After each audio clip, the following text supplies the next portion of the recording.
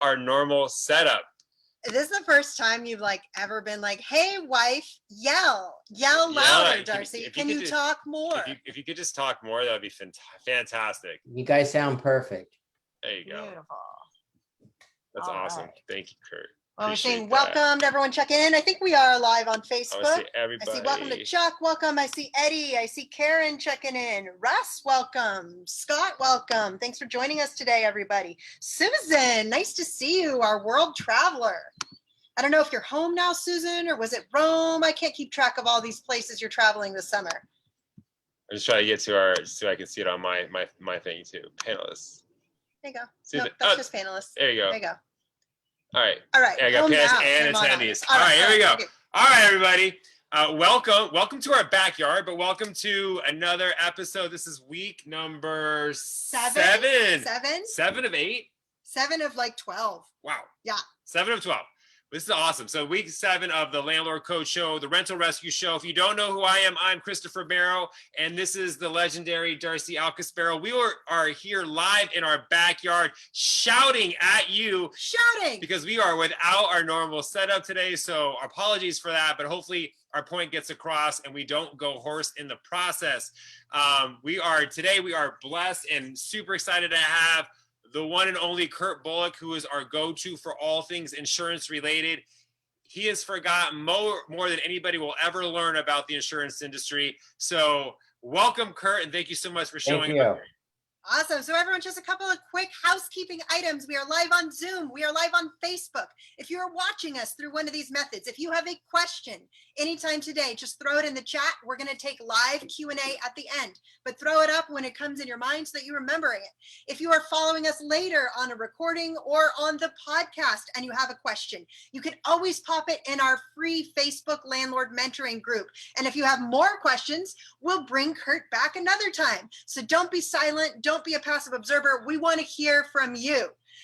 And so with that, I think we're going to jump into one of our favorite topics, which is liability. We are talking about slip and falls, tales from the trenches. Now, we've heard a gazillion horror stories. We know Curt's heard a lot of horror stories, and you, Mr. and Mrs. Landlord out there, may or may not have heard some of these stories. So we are here to help share them with you today.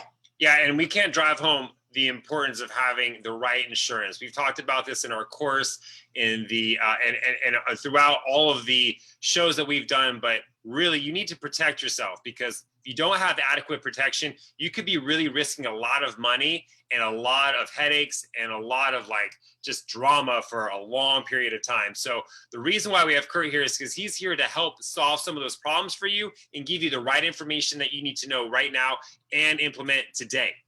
And if you know, anyone who's been following us, you know that we preach that when you own a rental, you step into the landlord business. You are now a business owner and you must treat your rental like a business. If you want to have that passive income, that profitable property, those problem-free tenants, if you want to have the vision of that landlord, toes in the sand, pina colada in hand. You're not going to have it. Darcy's allergic to pineapple, so I don't know why you keep preaching the because pina colada. I love pina coladas. But if you really just want to run your business, and this is right, just to Darcy's point, this is a business. If you want to run it without the stress and the headaches, setting yourself up right and having adequate protections and processes in place is key. And it all starts with the team that you have going into it, which is going to be attorneys, insurance companies, and any agents that you want to work with. Right.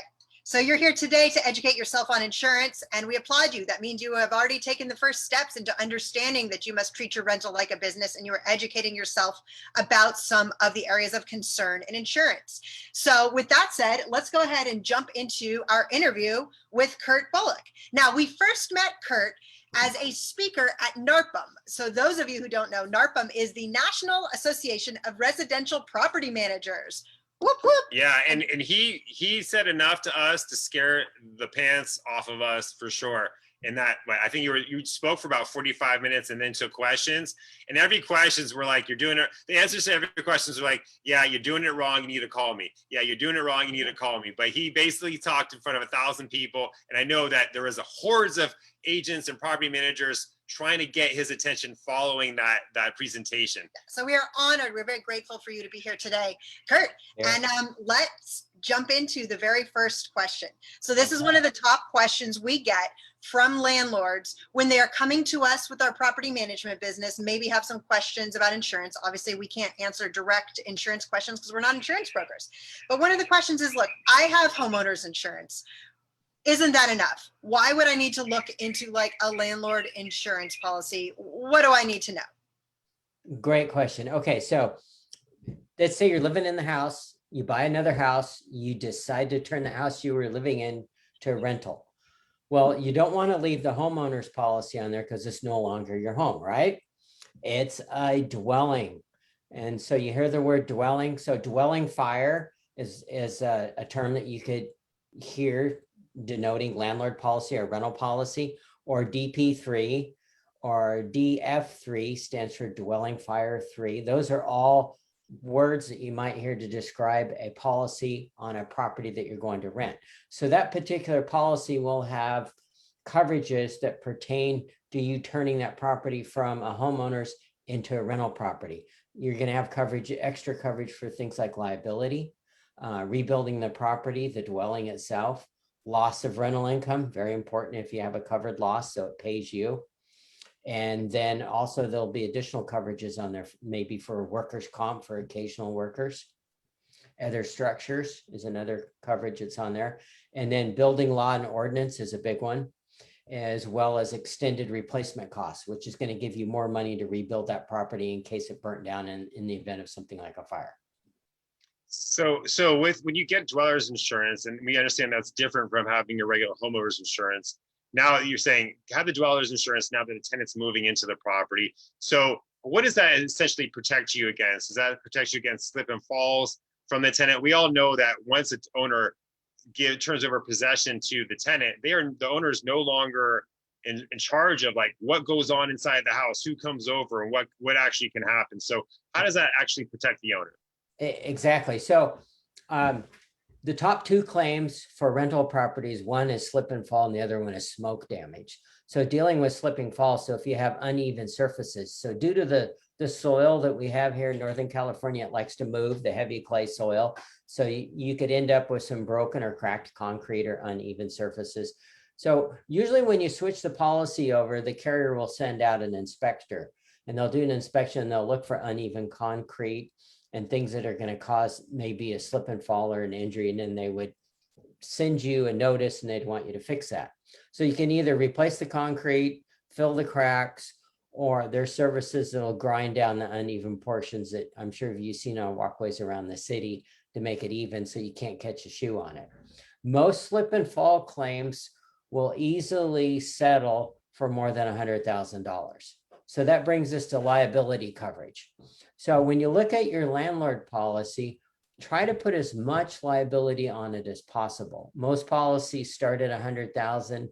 They'll go up to 500. Some go to 1 million. Then you can add an umbrella policy on top of that. So the umbrella policy will give you an extra $1 million in addition to maybe the 500,000 you have on the landlord policy for a total of 1.5 million. Now, when you look at liability coverage, there's usually multiple parts. One of the parts on there will say bodily injury. That's the part that will protect you against a slip, trip, and fall claim. What is the average deductible for a policy like that? We usually write them for about $2,500 because there's not a lot of claims that are on well-managed landlord policies, and that keeps your rate low.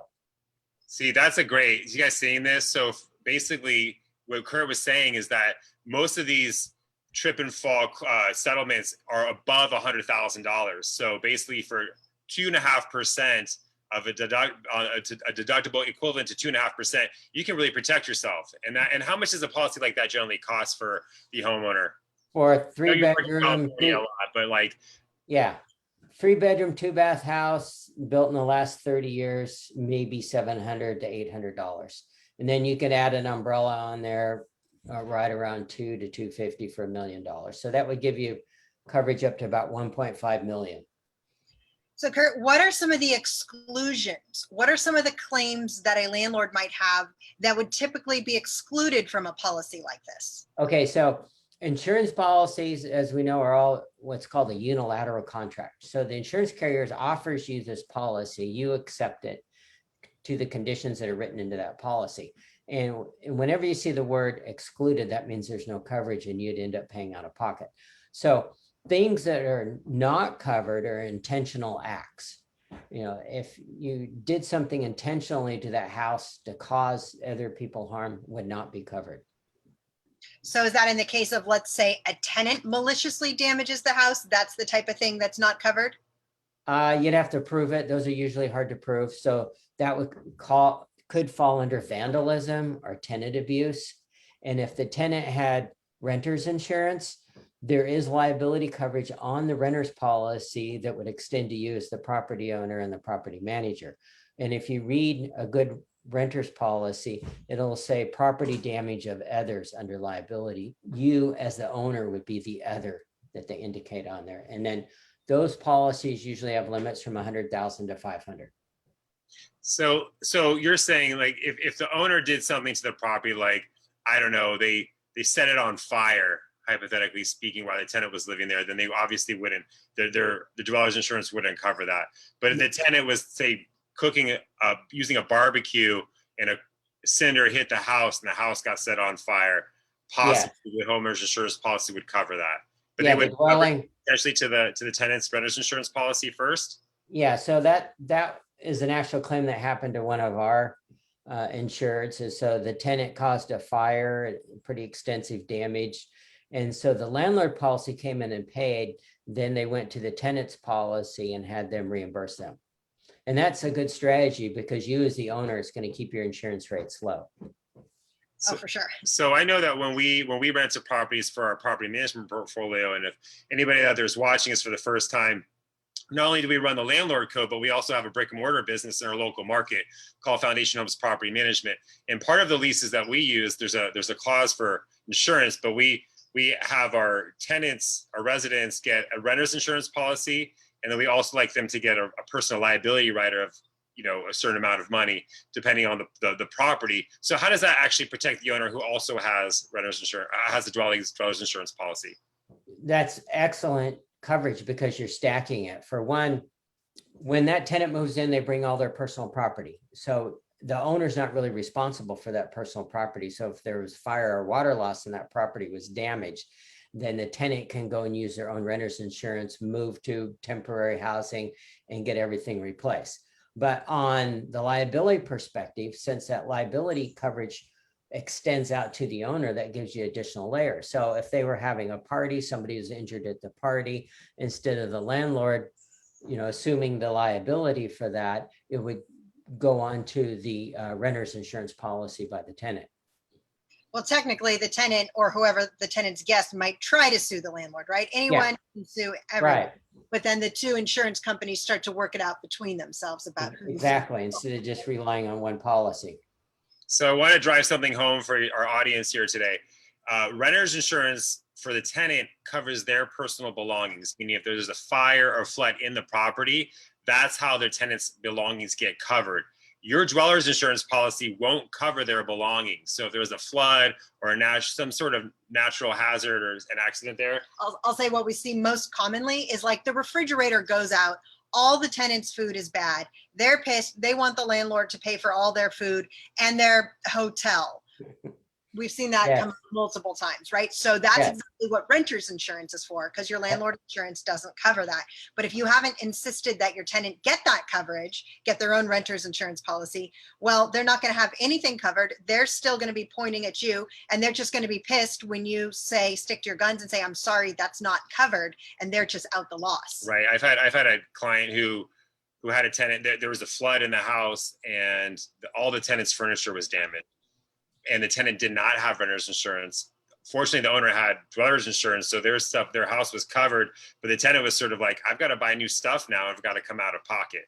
And a lot of landlords think they have to cover that. So that's one of the advantages when you're working with a property management company is we're here to be like, we kind of have an idea of what you cover and what you're not supposed to cover. Or when you have a resource like a great insurance broker who's well-versed in landlord policies and can help guide you through some of these scenarios as they come up. So One question, what's the difference between additional interest and additional insured on a renter's insurance or personal liability policy from the tenant? Okay, so on a renter's insurance policy, always get your name listed on there as an additional interest. So what that means is when they pay a bill for the renewal on that renter's insurance, or if they have a claim or they don't pay, use the owner of the property or the property manager are going to get a notice. So then you can remind them to keep that in force. As far as being additional insured, what that means is, let's say that there's a lawsuit, the liability would protect you as the property manager and the owner if that liability is extended to you as an additional insured. So then you wouldn't have to go out and hire an attorney to answer the complaint. So this is an important differentiation. If you're a DIY landlord and you're not working with a property management company, this additional insured doesn't necessarily apply to you unless you've hired, even if you've hired someone like informally to help you with your property, that might be something to consider. But when you do work with a professional property management company, if that company knows what they're doing, they are going to insist that you as the landlord add the property management company as an additional insured. Now, this is also one of the top questions we get from our new management clients because they say, I don't want to add you to my insurance. Your insurance should cover me. But here's the deal. If your property management company knows what they're doing, they've got a contract that has the two parties separate because they are two separate interests. But in the event a tenant sues the landlord, they're going to sue everyone, right? They're going to sue the landlord. They're going to sue the property management company. If they can find someone else like the gardener who is involved, they're going to sue the gardener, right? They're going after everyone. When you, as a landlord, have your property management company listed on your policy as an additional insured, you become one party. So instead of you as the landlord having to pay to defend your property management company as one party and you as a separate party, so you're doubling up your lawsuit costs, you all become one party, ideally covered under your insurance umbrella and not coming out of pocket. And just to clarify, so what Darcy was referencing is our property management contract with our owner clients has a term in it that stipulates that the owners will hold us harmless and agree to defend us. Most property management companies, if you're working with one, have a similar clause. So if you haven't read your contract with your property management company, I recommend doing so. And if that is the case, you certainly want to name them as an additional insured whenever possible, because you want to be able to write one check or minimize the amount of the check that you're going to write, so your insurance company will cover the cost of litigating if that comes up. And if your property management company has not brought this up to you, this is a red flag that they may not be crossing all their T's and dotting all their I's, because this is kind of property management 101. So that's one we didn't do that until we started talking to Curt years ago. Years ago. Just so you know, we learned that we didn't have to learn it the hard way. We got introduced to Curt, who gave us this information years ago, and we immediately put into our contract. So any property management company who is part of NARPM or who knows what they're doing will have this in their contract as well. I mean, in our defense, we were baby property management company before we knew. This is why we're doing this, right? We want to tell people. Yeah. So just to follow up on that question, something that we've run into recently is that owners, some of our clients who are high net worth individuals have AIG or Chubb or big insurance companies who are covering them, who do not want to add a property management company as an additional insured. So what's the solution for them if they want to go down that path? Also, what is the risk if they don't? Well, you pointed out the risk if they don't, and then they would be on the hook to pay your legal bills in the event of a lawsuit. So that could be expensive because of the indemnity clause in all management agreements. The other option is they take the liability off of that property and they get a standalone liability policy called the comprehensive personal liability policy. And then that policy would name you as an additional insured with regards just to that property.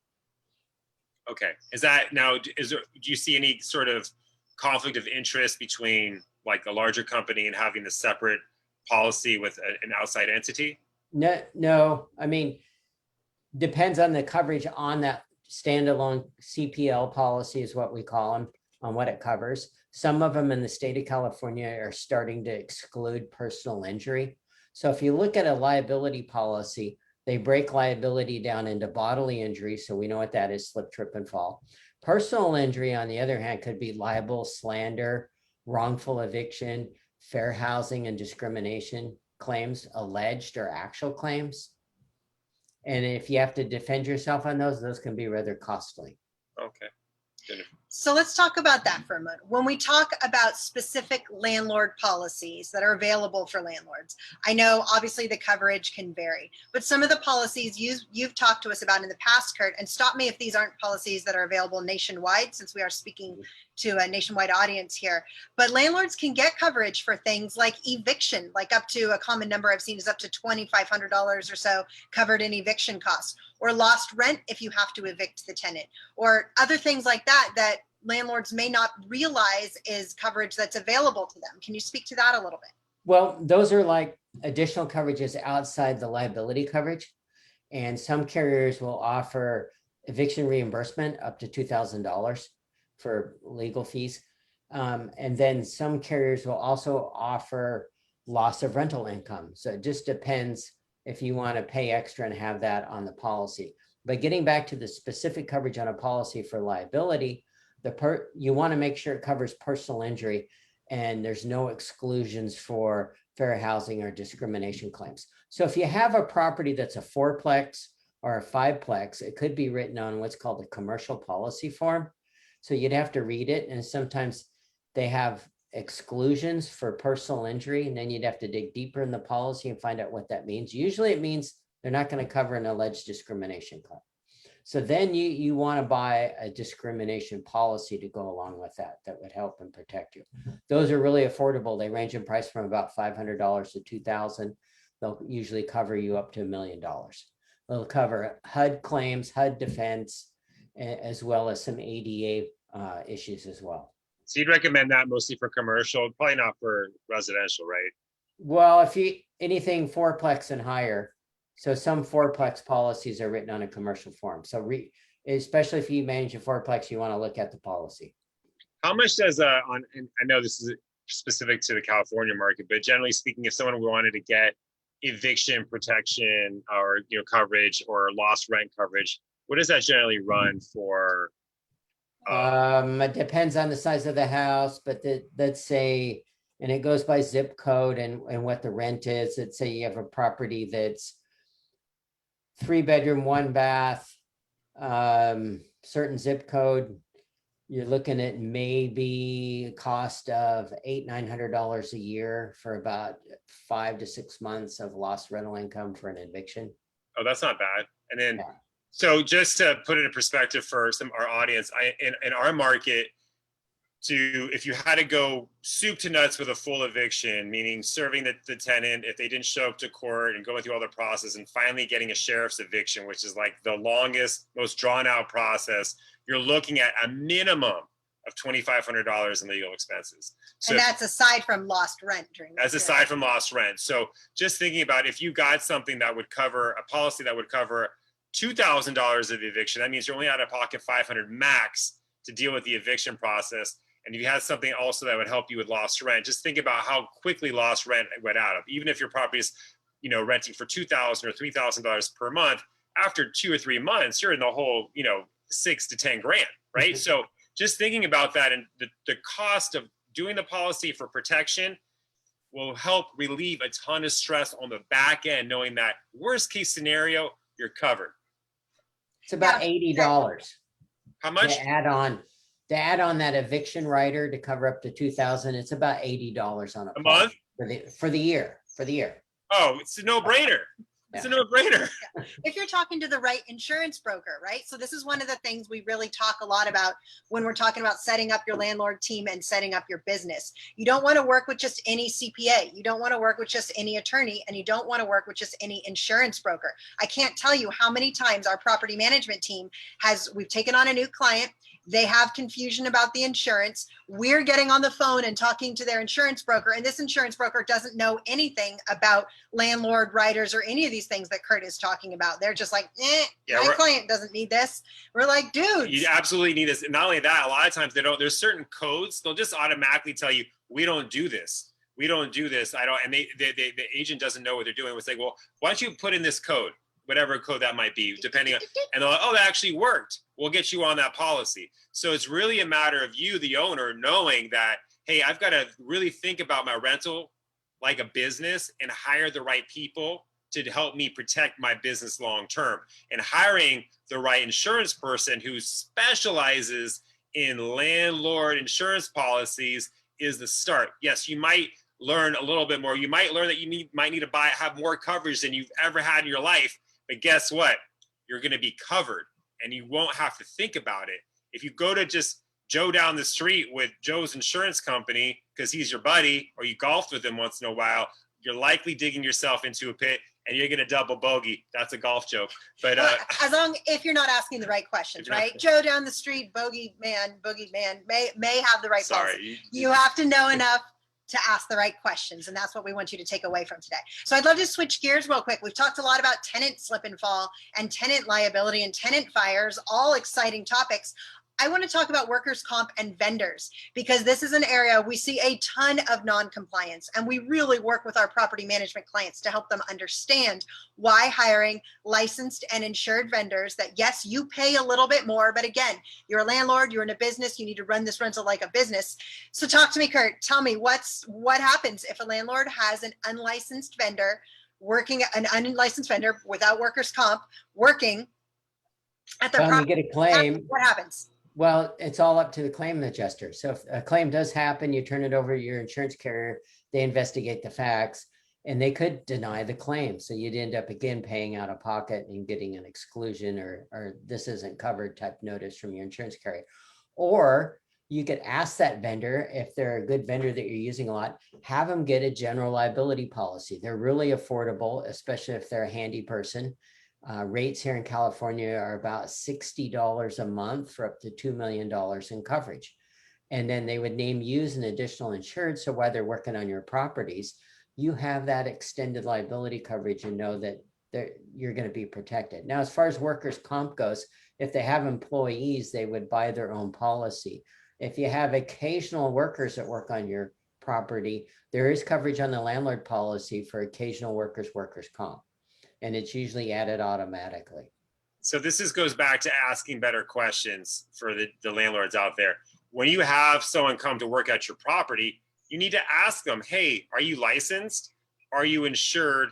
And do you have this general liability insurance policy so that you can work on my property? And the reason for that is that things can go wrong. People can fall off ladders very easily. They can fall off buckets really easily. They can electrocute themselves if they don't know what they're doing.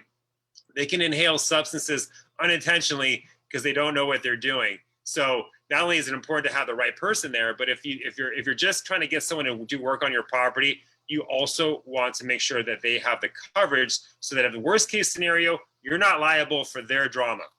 For their injury. So Curt, can you tell us, can you give us a real life example of a case like this that you've seen these settlements look like? Property manager owner hires a handy person to come over, replace the wax seal on a toilet. Okay, it was not installed correctly. It leaked. Tenant complained that the toilet still leaked water. A week goes by. Landlord did not fix it. Tenant slips, falls, hits his head, files a lawsuit, and then he had to put a claim in against his policy because they weren't going to pay. So that one settled for about $550,000. Trip and fall. Wow. Right. And that's just that's something that goes on in your bathroom. That's incredible. So if they had, if the worker, the person, the vendor that came out to do that repair, if they had a general liability insurance policy, they would have been covered. Exactly. Yeah. A standard policy is going to be written $1 million to $2 million in limits. So a really common scenario is there's maybe a questionable legal status gardener who's been working with the owner for years. They love him. Maybe he's even got a team. Or we see this for handymen for sure, and we see it for pool care. So the landlord, they're not asking these questions. They just want to work with their guy. They're paying them. I'm sure they're not filing the required tax requirements at the end of the year. Is there a different scenario? Is there a case where your landlord insurance would just totally deny the claim and the landlord has to come out of pocket because this person not only didn't have insurance, but there were kind of no efforts? Well, like all adjusters, they'll all say it depends on the facts. But most likely the best way to prevent this and the anxiety that goes with a claim that may or may not be paid, is ask them to get a general liability policy. So the pool person can get one, as well as the unlicensed landscaper that they use. They can get one as well. And it's very affordable, $50, $60, $70 a month. So for reference, in our property management portfolio, we've just hired a full-time maintenance coordinator, Tanya. We are so excited about her. But one of her key jobs is going through our vendors. And we've been tracking this for years, when their workers' comp or when their general liability expires, when their licenses expire. So it is such an important task that is one of her main roles, is to go through continually be rolling through our vendor roll, making sure that our vendors have the right insurance to help protect our landlords. Now, Mr. and Mrs. Mom and Pop landlord are most likely not doing the same thing with all of their vendors, right? They're calling the plumber, they're calling the handyman. They're getting referrals, right? They're getting referrals from people. Right, but they're not asking these insurance questions. So again, guys, we hope you're hearing us. What we want you to take away from this is who you have working on your property matters, their insurance coverage matters, and if you're not willing to ask those questions, you need to be willing to be saddled with the consequences, right? And we can talk about loss of limb, right? Like a guy falls off your roof while doing your gutters. There've been a lot of stories about loss of livelihood, right? Like big deal settlements that can come out of these things. So Curt, let me ask you a question. If that unlicensed landscaper, we're using that example right now, has this general liability policy, and let's say he has a team, would that policy extend to his team in the event that they had an accident as well? Yes. But if each person on his team doesn't need to get their own policy, he can have his company with the policy, and that would extend to his team. Well, if they cause damage to the property or injury to others, yeah, the general liability, depending on the coverage, would extend to him or their team member. But if their team member was injured, employee, they would need workers' comp to cover that. Okay, so that's a great segue into this other. I'm going to put on my speculation hat just for a minute here. And you also want to make sure that whoever you hire also has workers' comp, because here's the deal: if they're operating unlicensed, without insurance, without workers' comp, the labor pool that they're drawing from is not going to be, they're not going to be specialists generally. There's people who need jobs, and likely they're going to be low income. Again, I'm having my speculation hat on. Now, if one of these folks gets hurt and has to go to the hospital, there are a lot of advocacy firms out there that are going to work to make sure that this person's livelihood doesn't evaporate because of this injury. And they're going to be looking for the deepest pockets. You, the owner, are going to be the deepest pockets that they're going to target first, unless your vendor has workers' comp and a general liability policy. That is your protection, your wall of protection against an advocacy firm who's got unlimited dollars to sue you and make sure that this person's left whole at the end of it. So I hope you guys are seeing this. It is so important, and it's just a matter of asking questions. It's not going to cost you anything to ask the questions and do the work to ensure that you're protected. And if that person that you love that's working on your property is unwilling to do that, then guess what? You need to find somebody who will. Mm-hmm. So one more topic here before we open up to answer some of the Q&A. This also comes up a lot in our property management portfolio. Tenant complains about a little annoying fix-it item. Let's say loose carpet, a board in the floors that they feel is loose, maybe some cracked concrete outside they don't like. Tenant complains about it. Landlord doesn't do anything. Now, if you're in our management portfolio, we're going to do something, because we know the answer to this question. But let's say you're mom and pop landlord, you're getting these annoying requests, you don't want to deal with it. What's the worst case scenario here, Curt? Well, I would say have them put the request in writing, of course. And then 2, if you fail to fix it and you're at fault, a couple of things could happen. Is the insurance company could deny the claim, or there could be a lawsuit, or they could cover you. But if they did cover you, so you could, end up usually getting a policy that would cost you more money because they would rate you, or they would non-renew you, and then you'd have to go find a high risk policy. So it's better to maintain your property and deal with all those little nuisance items.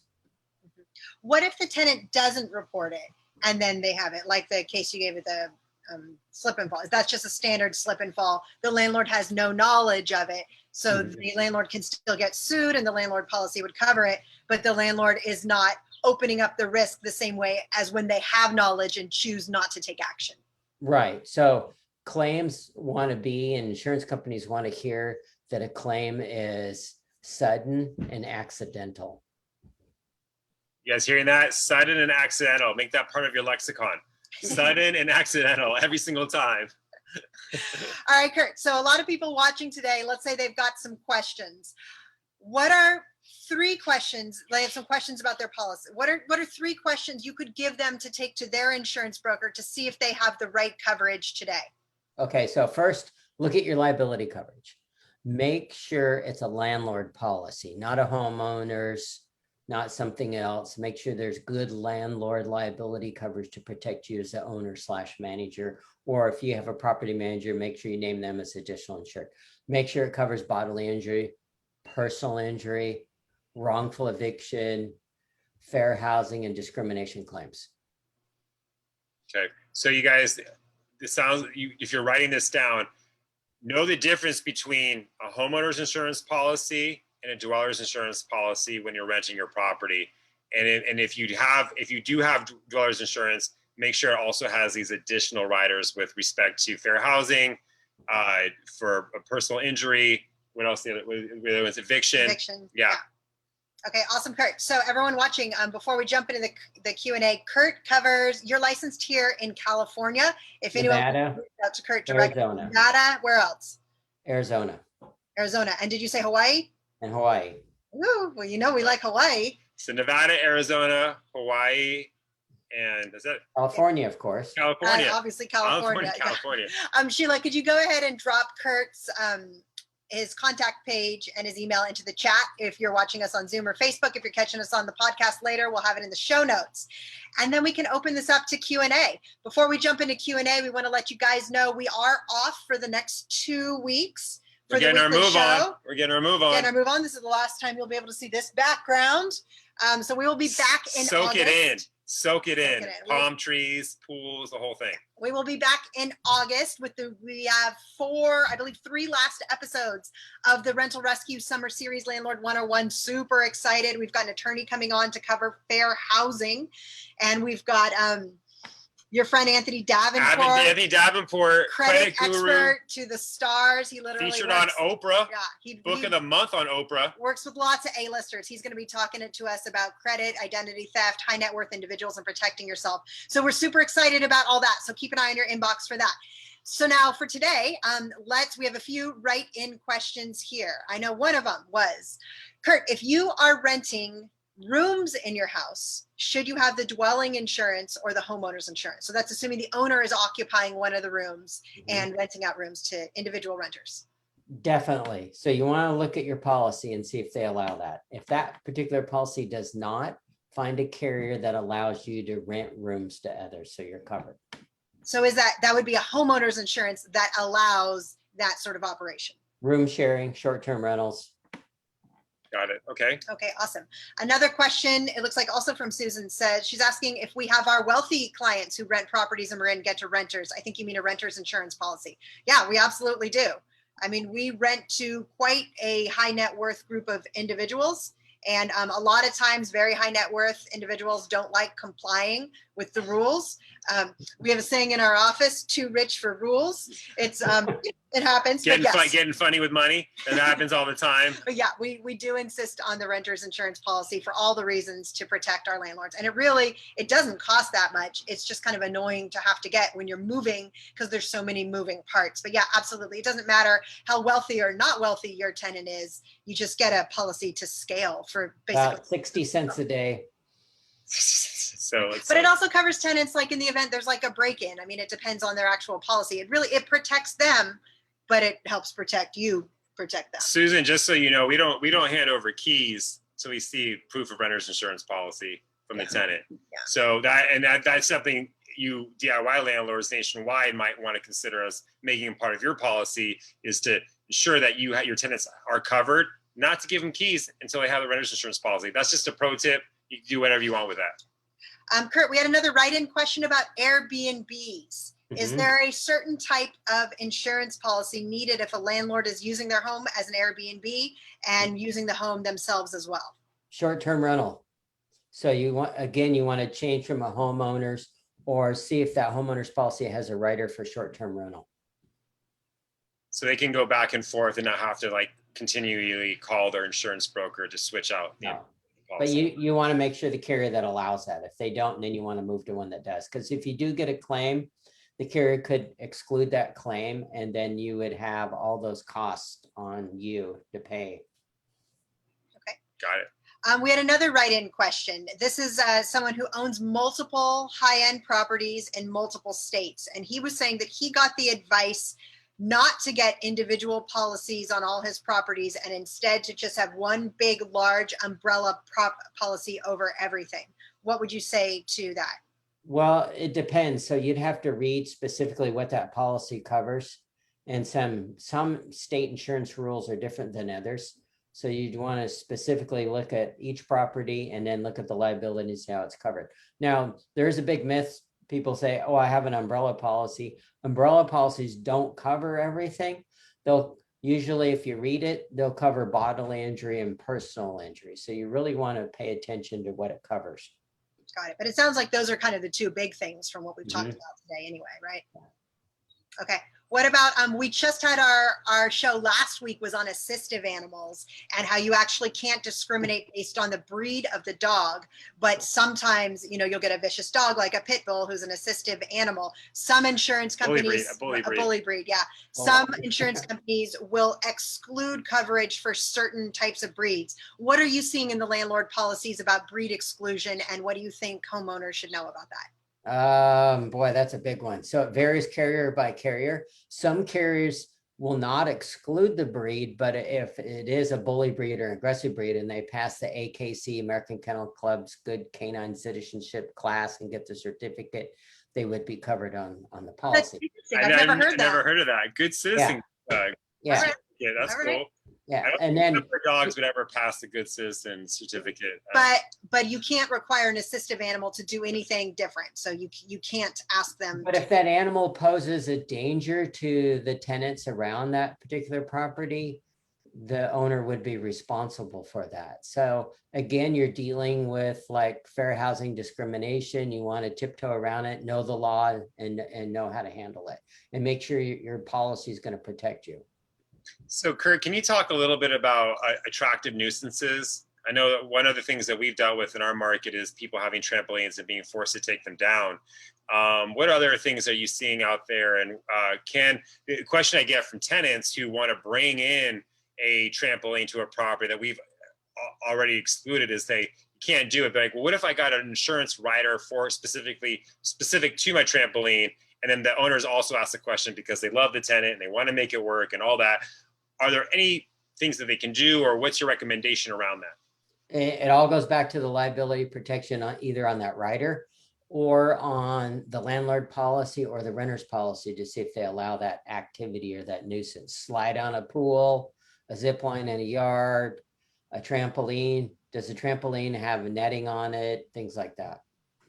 Got it. So speaking of pools, as we turn this house into a rental and we now have a pool, this question comes up from our clients a lot as well. Pools represent additional liability, obviously. So would that be the same answer? You just need to make sure your insurance does cover any accidents that would happen with a pool? Yeah, because the policies will ask if there's a pool on the property. And then usually the second question is it fenced? How high is the fence? Does it have a self-latching gate? Do you have alarms on the doors that go out to the patio that gain access to the pool? So All claim prevention. We have a child safe cover, so you can actually run across the pool cover. So they're going to ask that question as well, right? Child resistant cover is the language we use. Yeah. It's adult It's resistant. it's better to be more on the safe side than run the risk of getting a claim that's not covered. Got it. Okay. So it's worth it for everybody out there to, if you have a pool or a hot tub or something that poses an attractive nuisance, to check your insurance policy to make sure that you're covered. Because if you have a tenant who has a trampoline and your homeowner's insurance policy or dweller's insurance policy doesn't cover that, and that tenant might have a friend over who's got kids, who jumps on that trampoline and they fall off, as I did as a kid, and break their arm. I didn't do that, but they break their arm, they hurt themselves or whatever. Guess what? They're going after the deeper pockets, even though that's not your trampoline. So be covered. Well, Check the policy. preventive maintenance. So another big one here in California is mold. So most landlord policies or renters policies have very, very limited coverage on mold. Actually, they want mold to be prevented. So they want you to be proactive, go into your property at least once a year and look for areas that could cause mold. Shut off valves under sinks, dishwasher supply lines, ice maker supply lines, washer dryer hose bibs, look for it and prevent it. So 2 stories around that. We, as a property management company, we have an annual inspection for all properties under management. We make that part of our process, and we have caught things like mold or pre-mold, leaks under sinks. We caught a tenant who cut into their heating duct to put forced air into a unit that was asbestos wrapped. So it was a forced mitigation, that kind of thing. So we caught that. Personally speaking, we had a brand new washer and dryer installed 3 or 4 weeks ago. Super stoked on our brand new washer and dryer, but one day after having it, we realized that our GFIs were popping left and right. We didn't know why. The dryer wasn't working. The washer was turning off automatically. And then we saw a pool underneath the washing machine. So the hose bib the hose bib itself was connected properly, but the hose had failed. So fortunately we were here, we could see that. But if you're not looking for these things when you're inspecting your property on an annual basis, your tenants are not notifying you, you should be doing that, because things can happen. That could have, if we weren't here, that leak could have really been very costly for us. Well, I think the comment I said was, well, this was in our garage, but I see how at our clients' properties, if this is in like a wood floor or a tile floor laundry room that leads to wood, nobody's looking and nobody sees this. First, you could have a slip and fall, right? Or more likely you have a slow leak that leads to mold and no one's inspecting, so nobody knows. So we really do preach doing your annual inspection. We know very few of our DIY clients do it, but that's something we hope you take away from following us. Well, I want to follow up on that, because Sure. we did the worst thing possible around that washer and dryer issue. Is that we're like, our dryer GFI keeps popping, must be a problem with the outlet. So what we did is we took we took an extension cord and plugged it into something else so it wouldn't pop. That fixed the dryer issue, but the leak was still ongoing. This could happen with your tenants. So don't if there's something like that does come up, you want to look at it. And to Curt's point, have coverage that will coverage around mold and issues like that, because it will come up if people aren't notifying you, right? So one last question, Curt, before we let you go today. Our understanding is almost all insurance policies give a discount to landlords when they work with a professional property management company. Why is that? Because I know they're going to have less claims. It's going to be professionally managed. And then when you do hire a professional property manager, it gives you an extra layer of liability. So they have their own professional liability that extends to you as the property owner. Sure do. Sure do. Sure do. Curt, thank you so much for joining us Welcome. here today. We are very grateful for your time. Everyone for joining us, thank you. You guys are among the few, the brave, the proud who are here educating yourself. Brave enough to be landlords, that's for sure. Right. And you should definitely do one of these every chance you get. Look yourself in the mirror and say, you look good, you feel good, you're doing good, because you are a landlord. Anyways, thank you so much for showing up. We'll see you in 2 weeks. 2 weeks. 2 weeks. In the meantime, stay safe, stay healthy. Take care. Bye, everyone. Thank you, Curt. Bye.